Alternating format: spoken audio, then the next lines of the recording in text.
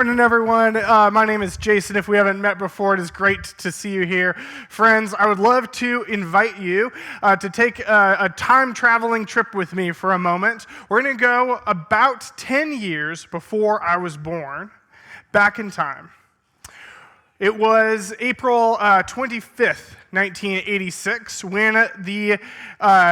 when a group of scientists and engineers decided it was time to conduct a safety test in a nuclear reactor. So they gathered together and they went in near the turbine and got everything set up for this test. And the test was going to change the world, but not in the ways that they had hoped. You see, as they gathered together, there were some established standard safety protocols that they decided not to follow. They wanted to see how long this turbine could keep spinning and generating electricity in the event of a power failure. And there were also some pretty poorly designed parts of the test that were risky, but they decided to go ahead with it anyway. And what happened was they lost control. The power dropped, they didn't know immediately what was happening, and then an explosion ripped out, killing a couple people. A fire began, and wreckage across this nuclear power plant began to spread. And it was a terrible moment, a terrible, awful consequence to the moment they chose to ignore these safety procedures. A couple people died, many more were wounded, but what happened next made all of that look so much better than what would come for the decades to follow. By now, you may know that I'm talking about a plant in Chernobyl. This was a large nuclear plant, and when it exploded, the explosion, yes, was bad, but the contamination, the radioactive isotopes that spread up into the air throughout the atmosphere, contaminated all of the land around Chernobyl for decades. Literally, to this day, there are dangerous places that people avoid going in order to not be affected by dangerous amount of radiation. The contamination from this initial meltdown had spread everywhere in what's called nuclear fallout. And today, as we gather together, we're going to take a moment, and I want us to be open-hearted and open-minded as we start to ask questions about what nuclear meltdown might look like in our nuclear families. We're going to be talking about a story that's going to hit, I think, close to home for some of us as we finish out the life of David. And as we do, we're going to be exploring what happened in David's life that resulted in this initial explosion with ripple effects across his family, but then brought in this contamination, this fallout, this toxicity that lasted for the rest of David's life. So I wonder for you if you have experienced a Chernobyl moment.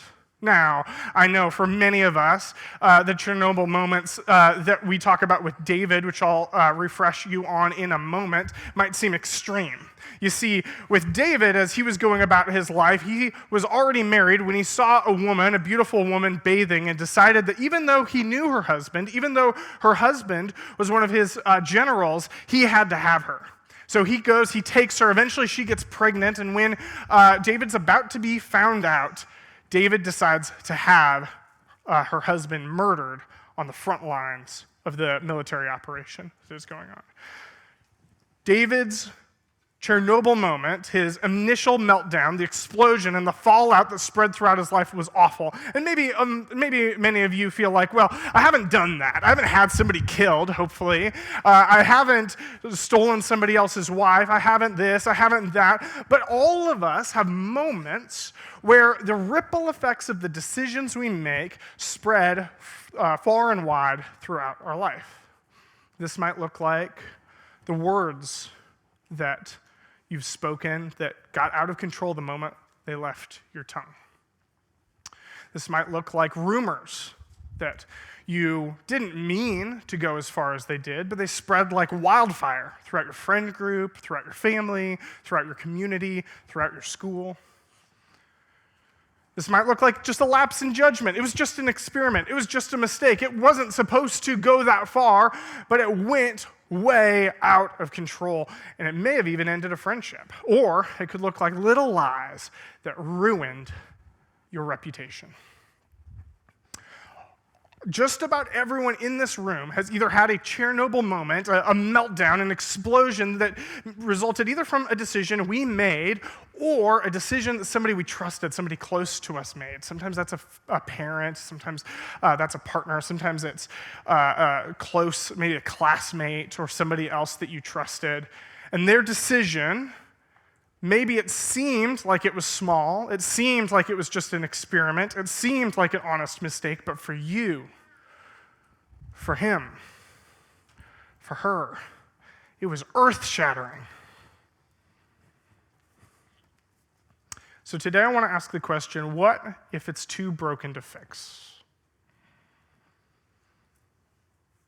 We're going to ask that question as we dive into David's life, and it's going to become painfully obvious why we're asking, what if it's too broken to fix? And if you're like me, you might think, well, look, yes, this was bad, I shouldn't have done it, but I can mitigate this, I can control this, I can put a lid on it, I can keep it hidden, I can keep it down, I can make sure that it doesn't spread the way it did for David, and maybe you're right.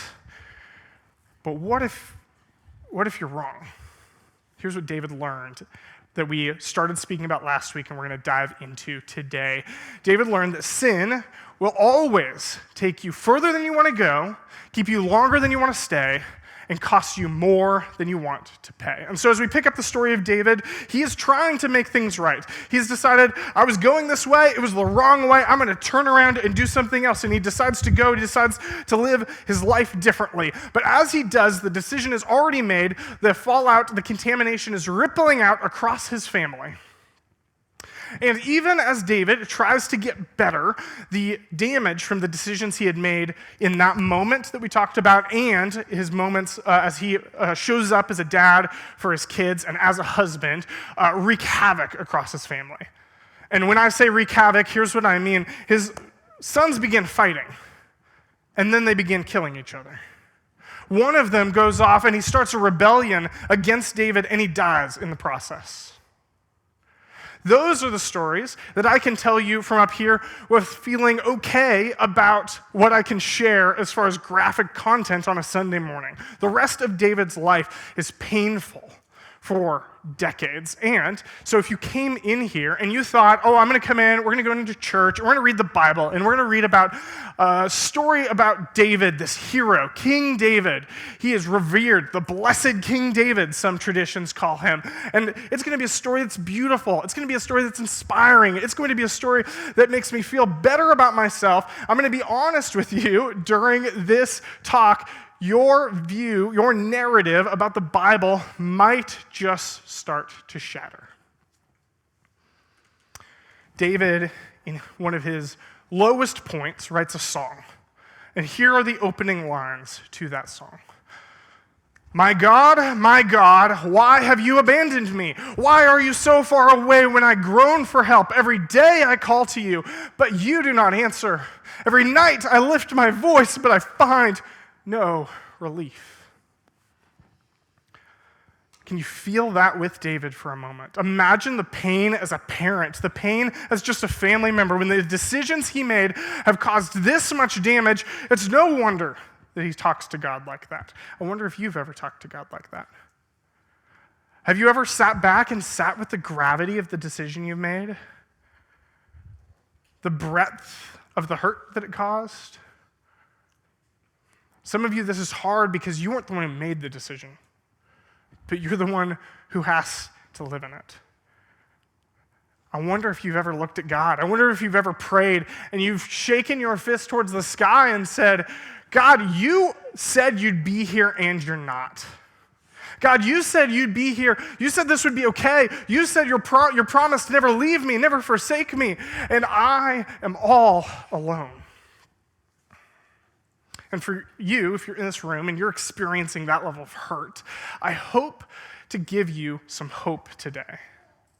And it's going to sound trite, but as we start building out the story, I'm hoping this actually doesn't tell you just about your life, but it tells you about who God is. There's nothing so broken that God can't fix. There is nothing so broken that God can't fix. As David's story picks up, he feels totally far from God. He writes this song as he is hurting, as his heart is breaking, and his sin is still damaging the people around him. When we make choices that hurt other people, that is sin. And then in the midst of this, in the midst of his pain, in the midst of his hurt, God shows up. And you might think, oh, well, God works miracles, and God repairs things, and God brings people back together. God does not show up ready to magically make David's consequences disappear. But he does show up. And here's what happens. God shows up with a promise. David had a second son with the woman that he took and whose husband he killed. Her husband's name was Uriah. And their second son, they name him Solomon. And then God speaks to David. And God says this, "You will have a son who will be a man of peace and rest, and I will give him rest from all of his enemies on every side. His name will be Solomon, and I will grant Israel peace and quiet during his reign." Put yourself in the shoes of a parent. Many of you guys are parents, some of you aren't, but imagine what it's like to have a kid, and we're in 2024. Peace and rest are commodities that are hard to come by. Peace and rest are not common in our world. And imagine David, whose heart is breaking, his family is torn apart, his heart is shattered, his family is shattered, and God's words to him are, "For Solomon, I will make him a man of peace and rest." He will have peace and rest on every side. But God's not done. God continues, "He is the one who will build a house for my name. He will be my son, and I will be his father, and I will establish the throne of his kingdom over Israel forever." Friends, can you experience how personal and how precious and how close God's promise is to David? His hurt isn't because he's failing at work. His hurt isn't because he has a friendship that's a little bit strained. His hurt isn't because he lost some of his retirement fund. His hurt is specifically in the damage that has happened in his nuclear family. And God shows up with these words, "He will be my son, and I will be his father." What God is saying is, I will father your son in the ways that you weren't able to. I'm going to let you have a little peek into my brain. There's something that gets me really annoyed. It gets way under my skin, and I have to exercise a lot of self-control. Hopefully we all have these things, and I'm not the only one. But for me, it's when somebody is misquoted or misrepresented.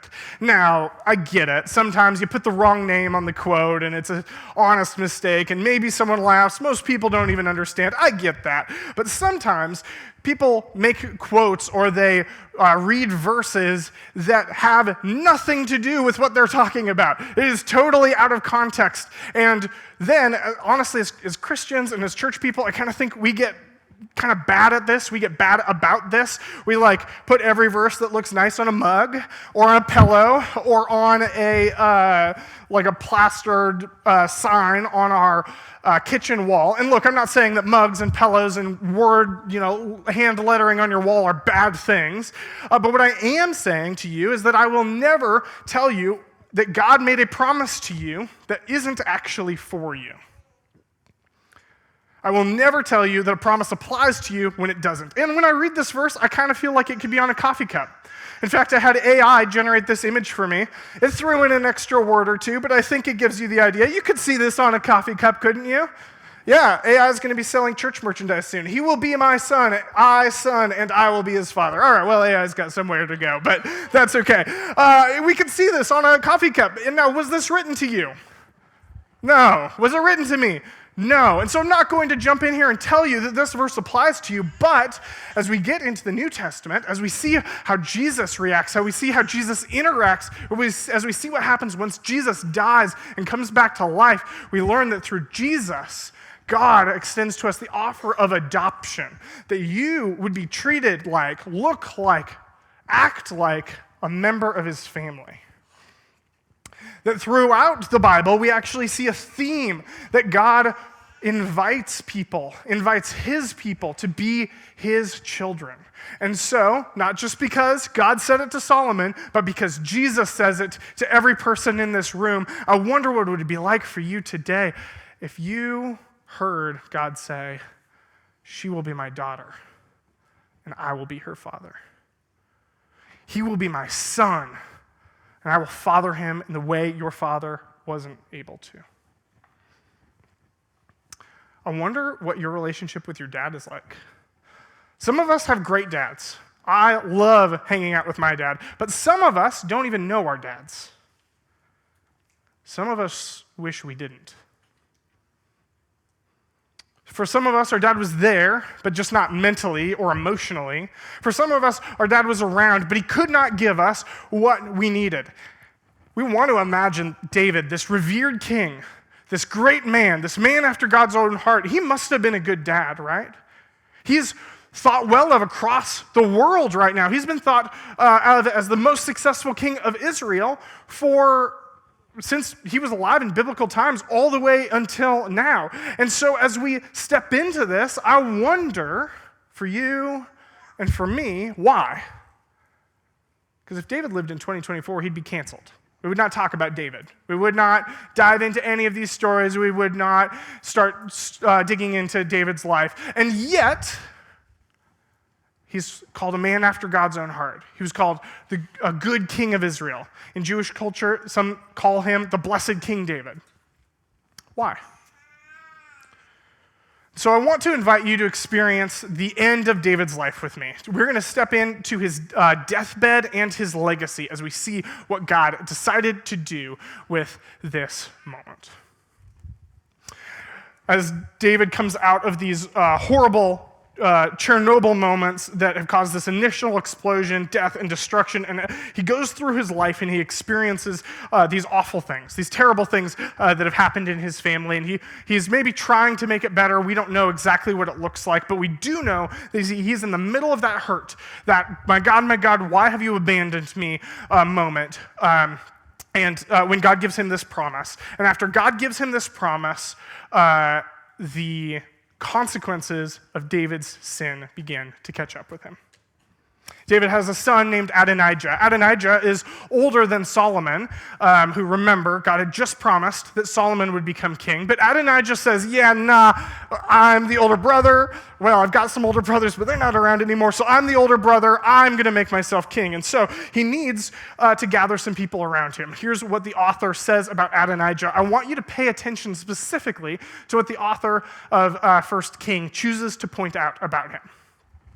Now, his father, King David, had never disciplined him at any time, even by asking, "Why are you doing that?"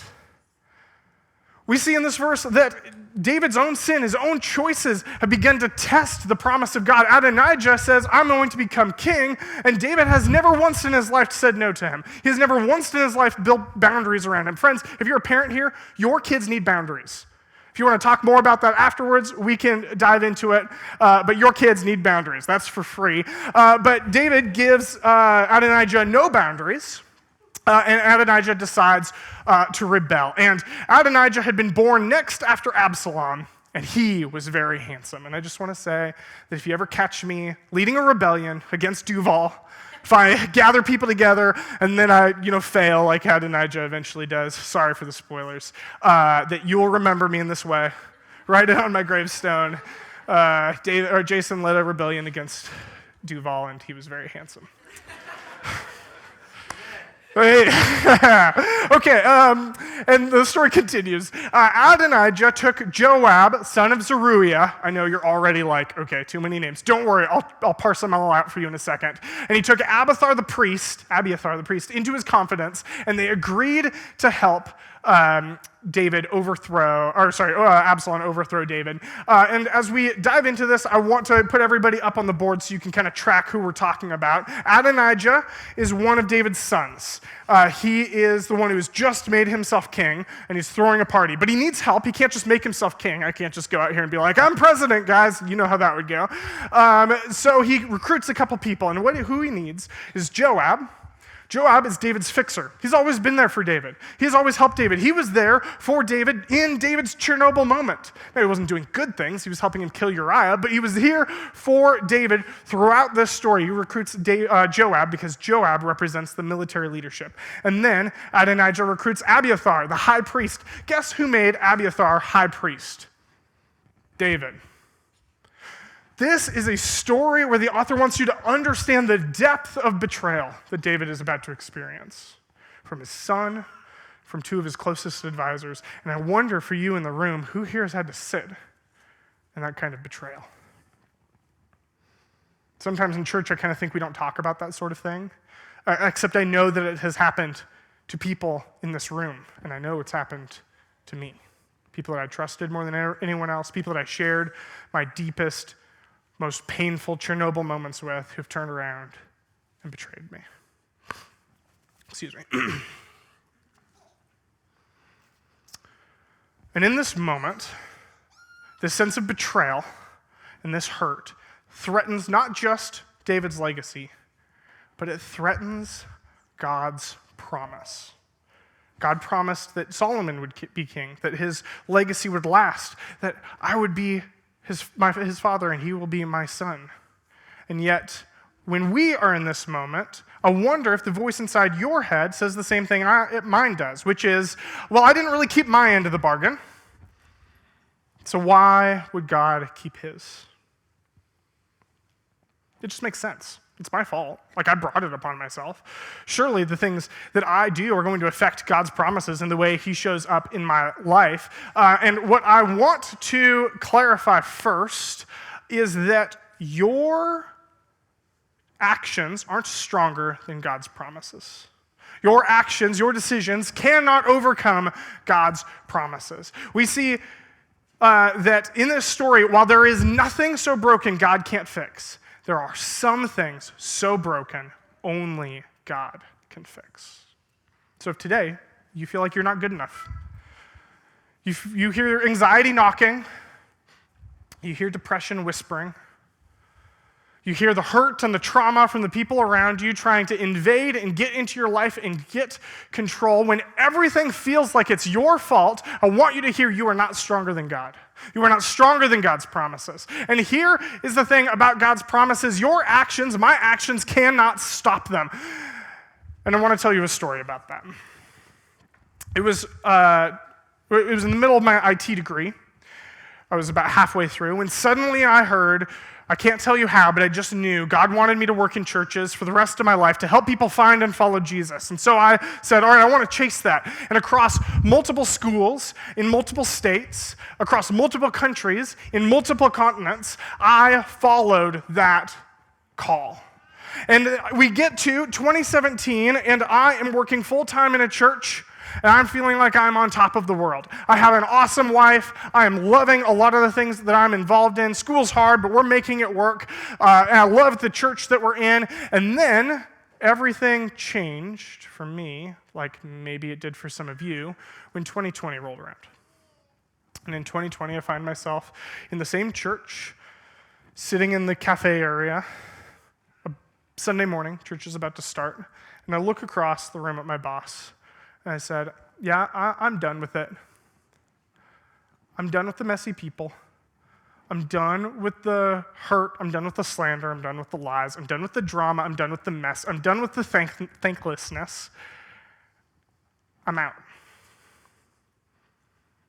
God had seemed so clear and so close in 2017, but in 2020, he was nowhere to be found. You see, God had told me to go that way. He had told me to go down that path, and I went down that path, and there was no God at the end of that path. At least that's how I felt in that moment. Just totally abandoned. My God, why have you forsaken me? And so if you're here and you're feeling some of those things, if you don't know if God is real, if you don't know whether God cares, if you don't know whether God is close, if church people seem to think he's a whole lot closer than your experience has told you, I don't blame you. There's nothing wrong with you. I'm not even going to try to change you. But I am going to tell you two things. One, I now know, looking back, that God was using those moments more than any other in my life. And two, I looked at my boss and waited for him to reply, and he said about the same thing. He said, "There's nothing wrong with you. I don't blame you, and it's not your fault. In fact, I don't fault you if you give up. And I don't know that if you stay, anything will change. But I can tell you this, that if you stick it out, there's something happening behind the scenes that you cannot see. And it just might be that on the other side of this, everything is different." So David and Solomon are sitting here near David's deathbed. He can't even stand up to walk when they find out that Adonijah has made himself king. And David says, "I'm going to trust in the promise of God." So he right there says, "No, I'm making Solomon king." He brings witnesses in, they crown him, and then his family rushes Solomon to Jerusalem, the capital of Israel. And when he arrives in Jerusalem, the crowds come down, they celebrate, they coronate him, and because Adonijah's out at a feast drinking, he is not there. He does not know what's happened. The city welcomes Solomon as the new king, and eventually a messenger reaches Adonijah. And when Adonijah hears, he runs. His friends abandon him. They leave. And for the rest of Solomon's reign, God gives him peace from many of the enemies around him. Now, Solomon makes some really terrible choices. He also makes some good ones. He builds a temple for God. He builds what is potentially the most important monument and structure in all of Israel's history. But he also does some really awful things. He follows in the footsteps of his father. And when Solomon dies, Israel begins to fracture. And it looks again like the sin is going to threaten God's promise for Solomon. And we jump forward hundreds of years, I think over 1,000 years, to when Jesus is born. And in the very first book of the New Testament, on the very first couple of verses, Matthew, a tax man who has decided, "I'm going to leave this lucrative industry that I'm in and just become a student following Jesus around," he writes this. "The book of the genealogy of Jesus Christ, the son of David, and David was the father of Solomon by the wife of Uriah." Why does Matthew point this out at the beginning of Jesus' life? Why is this pretty scandalous moment the thing that is highlighted at the beginning of Jesus' life? Here's what I think Matthew wants you to understand. God is not looking for perfect people. He is not trying to get you to act like a perfect person. He is not trying to stitch all of the messy parts of your life together so that you don't have any mess anymore and you can be free of a messy life and messy people and messy friends and a messy family. No, instead, God picks your deepest mess, your greatest hurt, and from there, he decides to make something beautiful. Now, I don't want to get the wrong message across to you guys. Your actions in your relationships are your business. It matters how you treat people. It matters how you show up in your marriage. It matters how you show up with your kids. No matter what stage of marriage or what stage of parenting you're in, it is never too late to turn around and make a different decision. But what God does with your mess, what God does in your sin, what God does in your hurt, that's his business.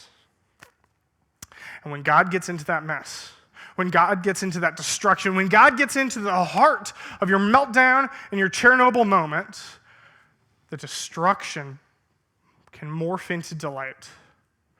Ruin can be turned into right relationships. Hurt can become healing. There is nothing so broken God can't fix. But there are some things so broken, some relationships so broken that only God can fix. So we get to the aftermath of Chernobyl. Contamination has filled the air, filled the area, and has started ruining that whole land for decades to come. But our response as humans, our response as Americans, but also a global nuclear community, isn't to just give up on nuclear power. Instead, what we do is we decide we're going to put in safety regulations, we're going to put in brand new procedures, we're going to build redundancies, we're going to invest in these things. We are going to not just make it safer, but we're going to make it better. You may have heard just this week, Popular Mechanics released an article saying that there was a significant breakthrough in nuclear fission, which has the potential for us to provide nearly, they promise, they say, limitless clean energy. And what I'm not trying to do is get up here and convince you that we should all be using nuclear power. That is not the point. But what I want you to see is that even though there are risks for us today, if your and my country, if the countries around the world can come together and put their scientists and their engineers on this problem, and from the worst nuclear disaster in human history, create something that's better, create a world that's moving in a direction that we all, I think, want, to create progress and innovation. If that's what we can do with the biggest mess that nuclear energy has made, what do you think God could do in your life? What do you think would happen if the secrets and the hurt and the pain and the shattered parts of your family, if God got a hold of it? It looked like David's actions were set in stone. It looked like the cracks from the decisions he and Solomon made would ruin Israel forever. But God was working. Friends, would you let God work in your life today?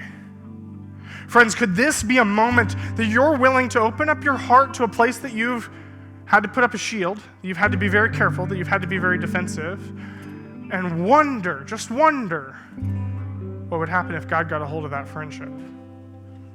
If God got a hold of that child? If God got a hold of you? It's easy to give up, and I don't blame you if you do. But I wonder what would happen if you didn't. The world was changed, and you are sitting in this room because God got a hold of David's Chernobyl moment. And I want to invite you to give God the opportunity to step into yours. Whether you were the one who made the decision, whether somebody else made the decision for you, this relational wreckage that permeates the air affects all of us.